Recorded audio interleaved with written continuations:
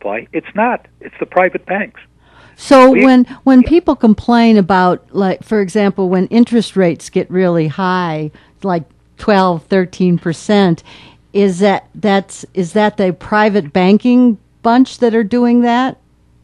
Essentially, it's the Federal Reserve System working with the member banks. And you said 12, 13%. You're too young, Diane, to remember 1980, 81, when under Volcker, the interest rates got up to around 18, 20%. And how did that happen? I mean, who decided that? The banking fraternity can decide that, and it's totally artificial. And furthermore, people are finally beginning to understand this. It does exactly the opposite of what they're saying it does. They raise the interest rates in order to, for what purpose? What's the usual excuse? To hold down inflation. Mm-hmm, yeah, so we got to raise it. Yeah, you've heard that. Oh, yeah. So, well, what happens when you raise interest rates, David, is that in our society, there is so much debt. Everybody is in so much debt. Corporations, individuals, various localities, governments, that you're raising the cost of production. You're raising the cost of doing business because paying the interest on the corporate debt is one of those costs. So not only does it not reduce inflation, it actually increases the costs of goods. Now, it's only when they carry it to the extreme of forcing a kind of a break, or either usually a recession, and then unemployment, and then people are clamoring for work because they don't want their families to starve and they don't want to lose their house, and then they might get a reduction in costs. But it's not the way to do it. There's other ways. What about wage and price controls? Those were tried as far as inflation tools, right? Nixon tried them in Did they work? 1970, 71. It worked for a little while, but it doesn't really work because you take a company like McDonald's. They put they put price controls on them, and McDonald's simply stopped serving the same kind of hamburger. They changed the name to something else and added more ketchup and raised the price. So it could work if you had an honest society. Our society is based on a form of kleptocracy, stealing. And we know that. I mean, your audience is working people. They know that. They know they're being stolen from virtually every day. And that the thieves are getting away with it, as we see them getting away with it right now with this bailout. They're holding the country by the throat, okay? Because, in fact, there is a real crisis. Yeah. And if it all goes over the cliff here, we all suffer. And the unemployment, which they think 10% is high unemployment, you could see it at 20 and 30, if the whole financial system breaks.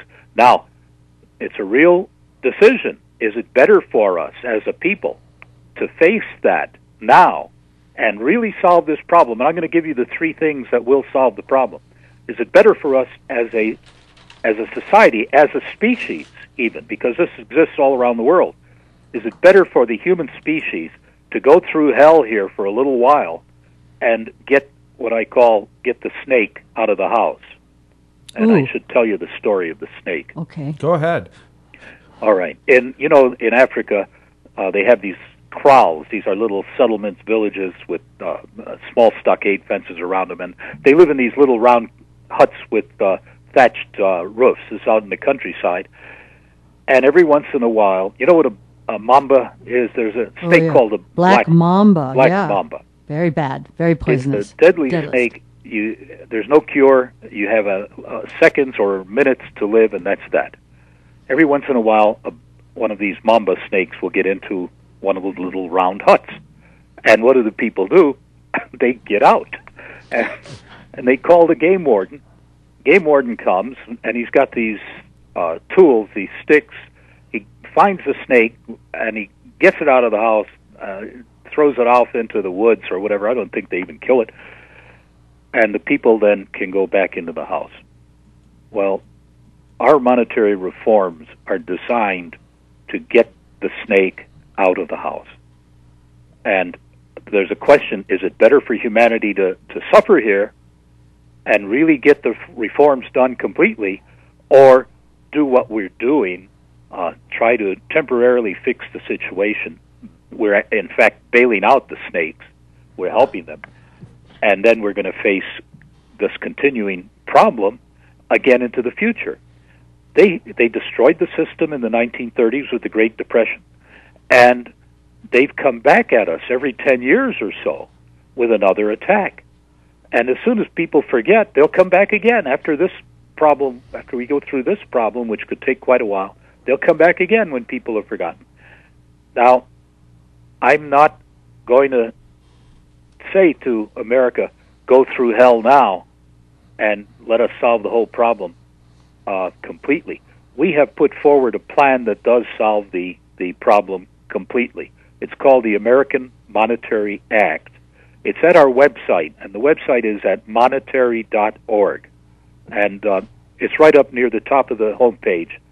Mm-hmm. Yeah, I've got that up now. Yeah, we told our listeners about monetary.org. Great, mm-hmm. Great. And we were trying to read up on this quickly so that we could get some information here. Could you go over what, and so they're not confused when you're talking about reform, you're talking about the reforms you're proposing, not the stuff that they're doing, that Paulson and these guys are doing now, right? No, that's right. They're not doing any reform. They're doing bailout. They don't like that word, but that's what they're doing. Even this injection, where the stock injection as compared to just giving them? Well, look, some types of things like that might be okay temporarily, but not without controls, not without a voice in the company, not without sitting on the board of directors, not without perhaps a veto power. We're talking about their survival or not. Mm-hmm. Okay. And they've got to understand that, as with all past crises, they always come back to the government for help, because it's only the government that has the power to do this. And we have to demand, even in the temporary situation, of taking up stock and maybe selling it back to them later at a much higher price, at a rescued price instead of a rescue price. All of those things can be discussed but they're minor parts of the reform, minor parts. And what we see happening is really a continuing taking advantage of the American public. The leadership in the House of Representatives is just terrible. And in the Senate. I'm talking about the opposition leadership, the Democratic leadership. They've done nothing. I watched Nancy being interviewed by, what's his name, Charlie Rose, a couple of nights ago. Mm-hmm. It's pitiful. It's pitiful. Anyway, here are the reforms that you need. There are three basic reforms.